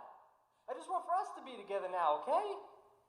I want to come back from work to my wife and my home. I can't keep living like this. This in between life. Grace, I can promise you, I will do whatever it takes to make this easy for you.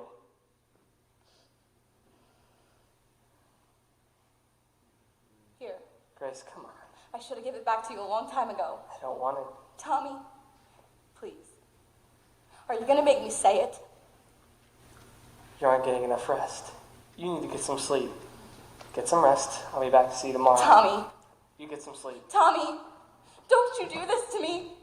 Tommy. Tommy!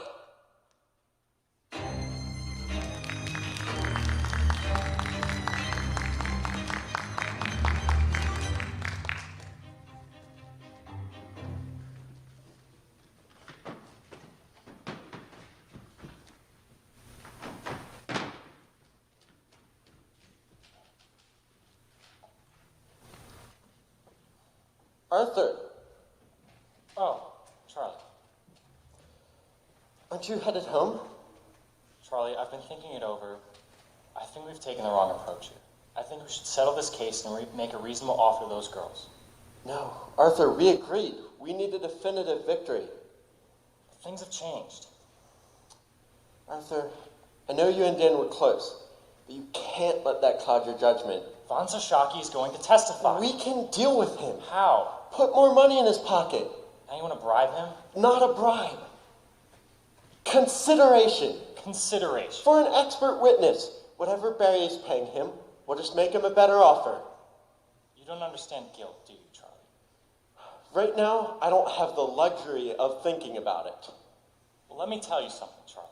A guilty man has a tremendous need to unburden himself. His guilt can eat him alive. Don't you see? What Von Sashaki wants is to be free. That is why he's testifying for those girls. That is why he will never testify for us, no matter how much consideration you offer. Settle with these girls, and you have to settle with all the rest. Neff was right. This is just the beginning. Tell Mark to get in touch with Barry. Get a conversation going. Come up with a figure the girls can accept. Arthur, what are you trying to do to me? You want to wipe me out? We have to get this off the table. Every penny I've put by in the last 7 years, I've sunk into this company. Why? Because of you. Because you said it was a sure thing. No miss. Why work for Von Sashaki when we can work for ourselves? Remember that? Take a chance, Charlie. Take a chance. Charlie, we were fooled. Von Sashaki fooled us all. The only thing to do now is try and clean it up the best we can. Do this, and it's the end, Arthur. You're stepping down, Charlie? Not me. Well. Don't you know? They're only one vote away from getting rid of you. And whose vote is that? Arthur! Have you so little faith in me? I'm still a shareholder. You don't have enough votes to get me off this board. I'll still be on this board. And still on the hook if this company goes under. Remember that the next time your conscience starts to bother you.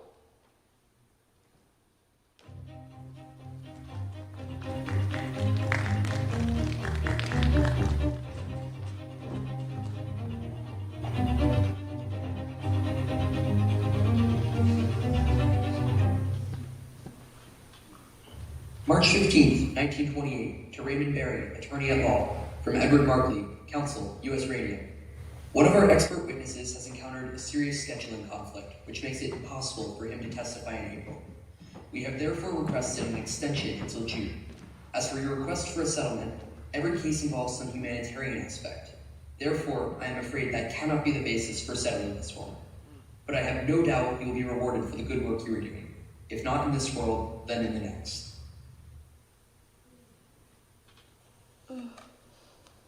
Tommy, please, rise and shine.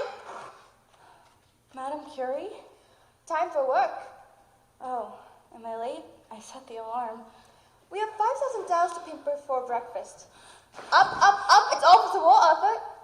Please, I'm so very tired. Don't complain. Good soldiers don't complain, but I'm dying. And who isn't? Get up, Grace. Irene! Get up, sleepyhead. You'll never make quota like this. It isn't fair. I'm only 26. I should be married by now. I should have children, my own home. We all have to make sacrifices sometimes. I know I did. But why? Why do we have to make sacrifices? It's all for science, Grace. Science, family. Every life is sacrificed to something. It's just a matter of choosing which. I didn't choose. I didn't have no choice. Sure you did, Grace. Sure you did. Catherine, don't do that. Catherine. Catherine. Now, look what you did, Grace. She's bleeding all over the place. I'm sorry, Catherine. I guess I shouldn't have said anything. No problem. What's one more dead dial painter?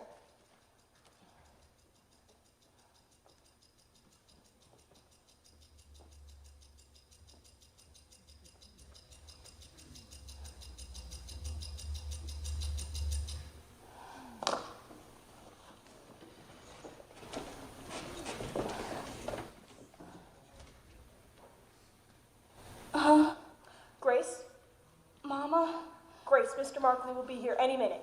Mr. Markley? He's bringing the papers for you to sign. Has Miss Wiley been by? Miss Wiley? About Catherine. She said she might come by. Did she come by?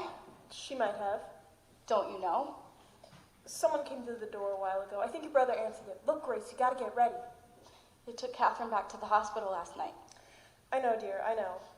After you talk to Mr. Markley, we'll go over there and see how she's doing. Now, put a comb through that hair. I dreamt she died. Grace, don't speak such things. If she dies, it's over. We're 3 months behind on the mortgage, Grace. I know that. You can't let this go on. $1,500, not even a year's wages. It's better than nothing, ain't it? Is that all I'm worth? Better than nothing? Of course not, sweetheart. But we gotta be realistic. At the rate things are going, you'll never get inside that courtroom. And if you do, you can't prove nothing. Mr. Barry thinks we can. Mr. Barry ain't paying the bills. There's the doctor and the bank and the coal man. You can't expect folks to treat us like charity just because you're sick, Grace. I'm not asking for charity. I just want what's owed to me. I know it feels like you're letting Catherine down.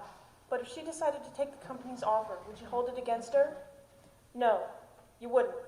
Now, we'll take that check and pay the bills, and whatever's left, you and Tom can have. A little something to get you started. There's nothing to start, Mom. Why you gotta be so hard on Tommy? Mom, please don't.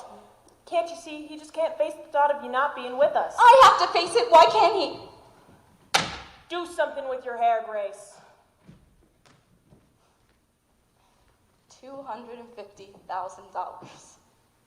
What would you do with $250,000, Miss Fryer? Well, I can't imagine. No point to it. Ma, you didn't tell me I had mail. New Mexico. Huh. They just keep writing. She was here. Miss Wiley was here. Mom, Miss Wiley was here. She left me a note. Miss Fryer, Edward Markley. Ma said you brought papers. Yes. The terms were spelled out as we explained in our letter. $1,500 to you. I've got a check right here. All we need is your signature. It's in triplicate. Grace, Mr. Markley is a very busy man. Oh no, please, take your time. Look it over. If you'd like, I can come back tomorrow. No, we'll do this now. What's hold harmless? It means you agreed to hold the company harmless to any further action. No more lawsuits. Correct. Is that just me or anyone in my family? You and your entire family. It precludes a wrongful death action also. This is a confidential settlement. Yes. You didn't say nothing about it being confidential. That's standard for most legal arrangements. We like to protect our privacy, as well as yours. It cuts both ways. You agree not to speak about the arrangements of our terms, and so do we. That seems fair. Need a pen? I have another question. Grace, Mr. Markley already explained the settlement to you. I don't mind. What's contributory negligence, Mr. Markley? It's not in that one. It was in them other papers you filed when we did the lawsuit. The Radium Corporation said their defense was the statute of limitations and contributory negligence. I'm not sure what you're asking for, Miss Fryer. It means it's our fault, don't it? It's a standard defense. I wouldn't take it personally. How else can I take it? Mr. Markley, Grace has had an awful headache all day. If you could just leave them papers. Maybe he could just answer the question. Why are you doing this? Why didn't you tell me Miss Wiley came by? You'd already made up your mind. She just tried to talk you out of it. What did she say about Catherine? Mr. Markley, I'll take them papers. Grace, Ma, what did she say about Catherine? She said it don't look good. Perhaps I should come back later when Miss Fryer is feeling better. You didn't answer my question, Mr. Markley, and I'd really like an answer. Because let me tell you, I quit school at 15. I went to work at the radium plant because my folks needed the money. At your factory, they told us what to do, when to do it, how to do it. My folks didn't raise me to make trouble, so I didn't make trouble. I did what I was told. I never asked questions. How do you get contributory negligence out of that? As I said, it's a standard defense. There's nothing standard about what happened to me. We deeply regret your situation, but there is simply no evidence to tie your condition to any actions by the U.S. Radium Corporation. Then why are you giving me this money? It's a humanitarian gesture. Humanitarian gesture. Mr. Markley, I'll take them patients. Humanitarian, month after month, you put us off, delay after delay, knowing how sick we were, how tired, how desperate. Humanitarian, you're waiting for us to die. Grace, please stop this now. Ma. One by one, I had to watch my friends get sick and die in the most horrible way. And you think I should be grateful for whatever spare change they throw at me? Miss Fryer, this is a very generous offer, and under the circumstances, I would recommend you take it, because it won't be on the table for very long. What do you mean? If Miss Fryer does not sign within 24 hours, we will be forced to retract our contract. He's lying. I beg your pardon? You're trying to tell me that if I don't sign these now, but I come back a week from now and say I changed my mind, you'd still rather go to court? You'd still rather some judge look at me and take your chances I won't win on sympathy alone? 24 hours, you're just trying to bully me. Very well then, Miss Fryer. I'll take that as a no, and we'll see you in court. Yes, you will. You will see me. If they have to carry me in there, you'll see me. You and Mr. Reeder both. You call that man back. I'm going to court, Ma. What are you trying to prove? You know you can't win. I want those people to look at me. I want them to look at me and explain how it's my fault I got sick working in their factory. And what'll that get you? What? Ma, all my life, I've done what other people told me to do. I quit school because you said I should. I put that brush in my mouth because Mrs. McNeil said I should. I never said, please, can I finish school? I never said, I don't like the taste of the paint. I never argued even though I knew. Mom, I knew something wasn't right. At night, I'd lie in bed and I'd see my dress hanging on the back of the closet door, all aglow. I'd see my shoes on the floor, my hairbrush and comb on the dresser. So much light, Ma. So much light. And I never once questioned, I never once asked. Don't you see? They knew I wouldn't. That's what they were counting on.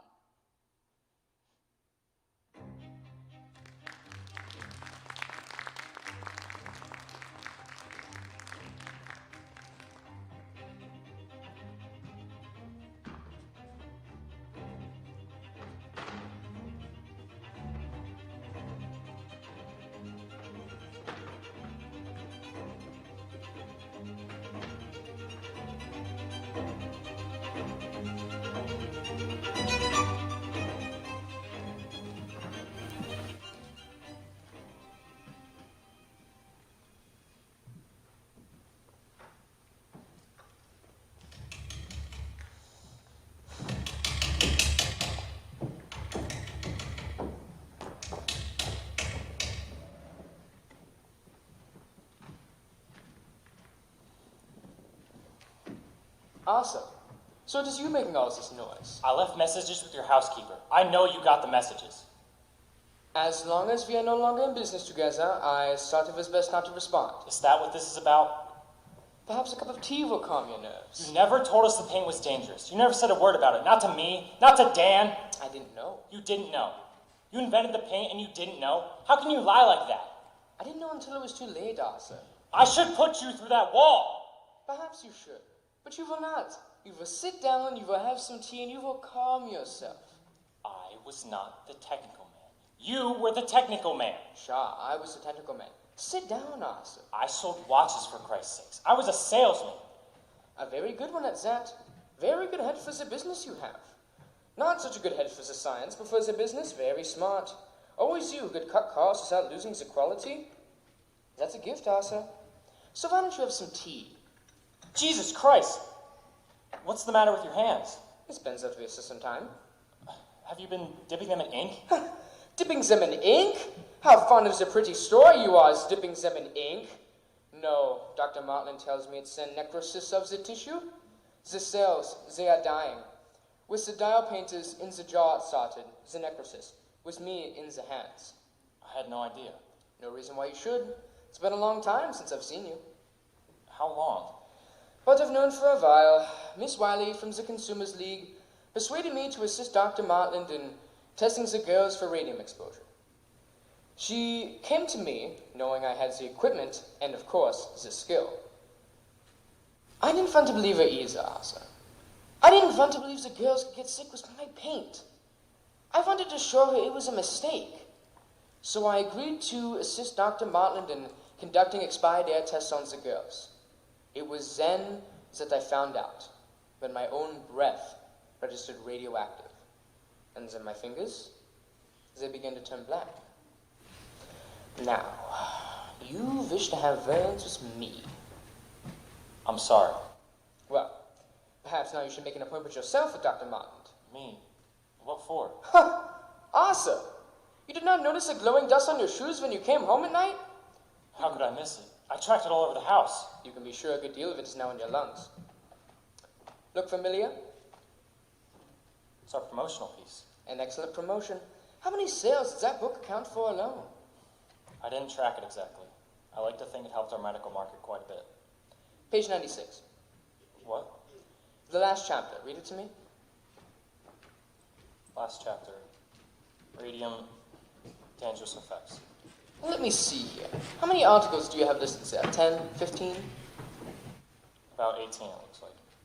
And how far back does it go, those articles? I don't know.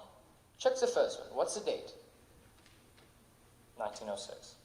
1906. Now let me see here. When you go into court, you plan to testify you had no idea radium was dangerous. How can you do that, Arthur, when your own book says that it was? How can you claim that you did not know? I never really read it. What's that? I never really read it. I hired a man to put it together. I just glanced at the galleys. I never really read the book. How do you mean you never read the book? It was a standard operation. An outside company put a piece together. They are responsible for the content. Which you never read. I think you will find, Mr. Barry, that very few company presidents read their own promotions word for word. It had your name on it. You authorized the book's release and had final approval of its content. Mr. Lee was in charge of our promotional efforts at the time. I entrusted those responsibilities to him. Now, Mr. Reader, you testified that you started the U.S. Radium Corporation around in 1918, is that correct? Yes, as plant manager. Right. And how long have you held this position for? 4 years. 4 years. And during those 4 years, you must have observed the girls going to the studio, right? Every day, yeah. Every day. So, you're saying you went into the studio every single day and never saw a single girl put a brush to her mouth? I don't recall it. You don't recall? What do you recall, Mr. Reader? You're an awfully young man to have such a faulty memory. Objection. I withdraw. No further questions. Your witness, Mr. Markley? We have no questions for this witness, Your Honor.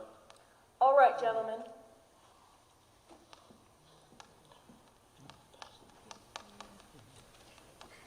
Please approach. We're ready to issue our ruling. Your Honors, we've yet to make our defense. We realize that, Mr. Markley, but this proceeding is to determine standing. Now, we've seen enough these past 2 days to make that determination. The radium in these girls' bones is an ongoing source of poison in their systems, and nothing your witnesses can say will change that fact. Now, will it? Our witnesses are prepared to testify that the company could not have known about the danger from the radium. Mr. Markley, in the interest of justice, we are asking that the defense rest without calling any witnesses. We can conclude this hearing today and schedule the case for trial. All right, Your Honor. Fine. We therefore rule that the statute of limitations has not been exhausted, and these girls have standing to sue. One more thing, Your Honor. I have a very busy schedule with 2 other cases pending, and a key witness will not be available until the end of the summer. He will not be available until September. Your Honor! I'm sorry, Your Honors, but our chief expert witness is in association with an institution of higher learning. This is the busiest time of the year for him, and I cannot expect him to appear.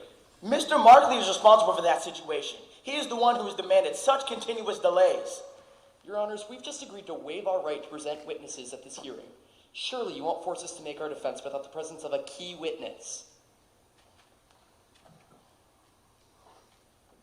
Very well, Mr. Markley. Trial is set for September. This hearing is adjourned. Edward, why can't Flynn appear?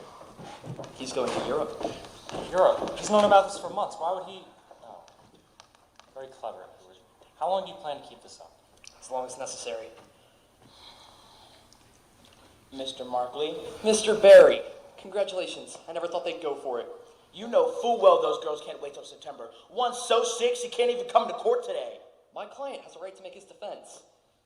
I promise you that. One way or another, we will find room in the docket and your expert witness be damned.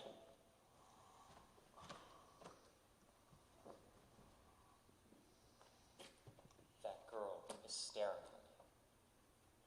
me. I wouldn't worry about it. She thinks that it's personal, that I planned this somehow. How do I make her understand that I didn't want this to happen? You don't. You don't make her understand. You don't talk to her. She looks like death, Edward. They all look like death, Arthur. Grace? That man, Miss Wiley, he won't look at me. He won't ever look at me. He just looks right past me, like I'm not even here. It doesn't matter, Grace. He heard you.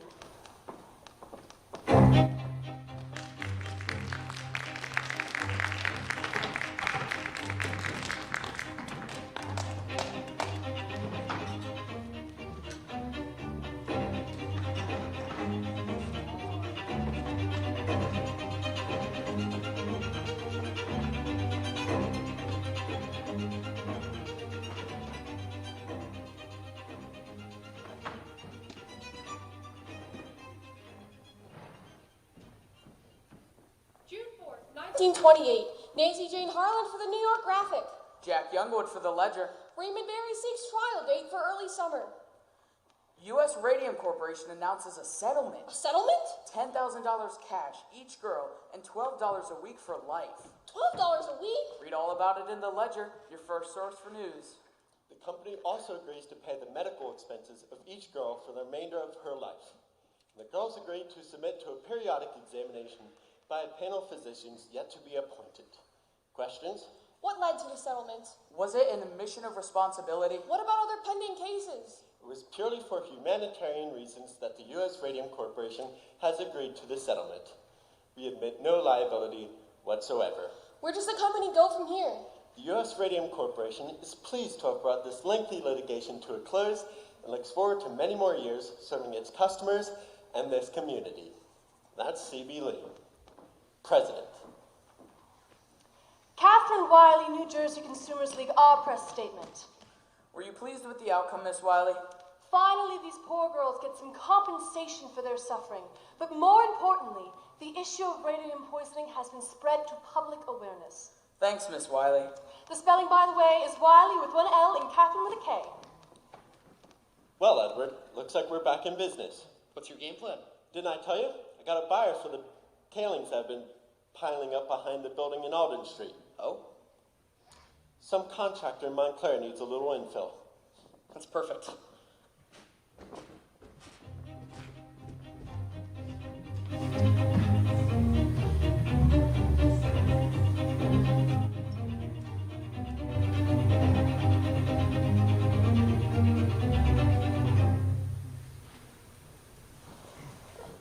Now, Catherine, this won't do. We can't see your name. That's better.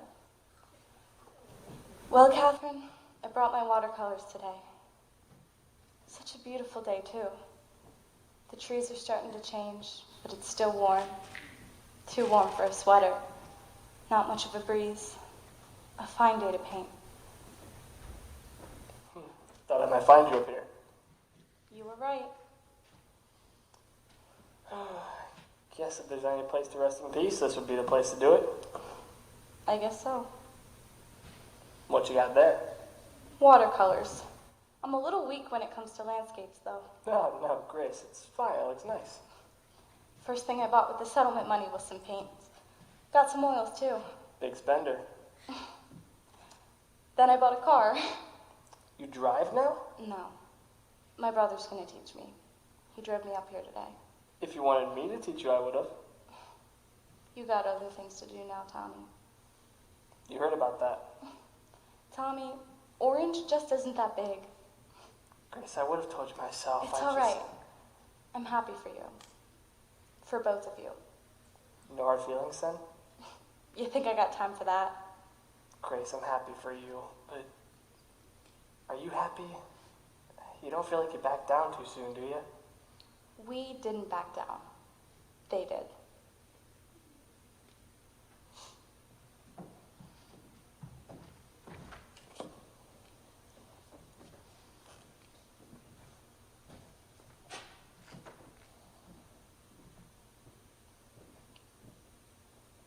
Papa? It was over here. Oh, not this again. This is where I saw her that last time. This is morbid, Papa.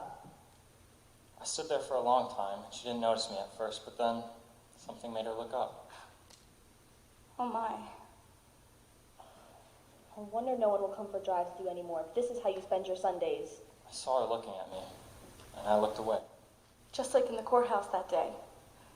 He can't bring himself to look at me. You really need to find a new hobby. Retirement isn't good for you. My heart started pounding, Harriet. I always wondered what I'd say to her if I had the chance, and suddenly, there she was. And I had the chance. So what did you say? I couldn't bring myself to speak. It's almost as if he's afraid to look at me. I had my chance, and I couldn't speak. He's afraid of me. Papa, that was years ago. It's not like it was your fault. Nobody knew about things like that then. Science wasn't as advanced the way it is now. I think back on those days, and I try to think, how could it have happened?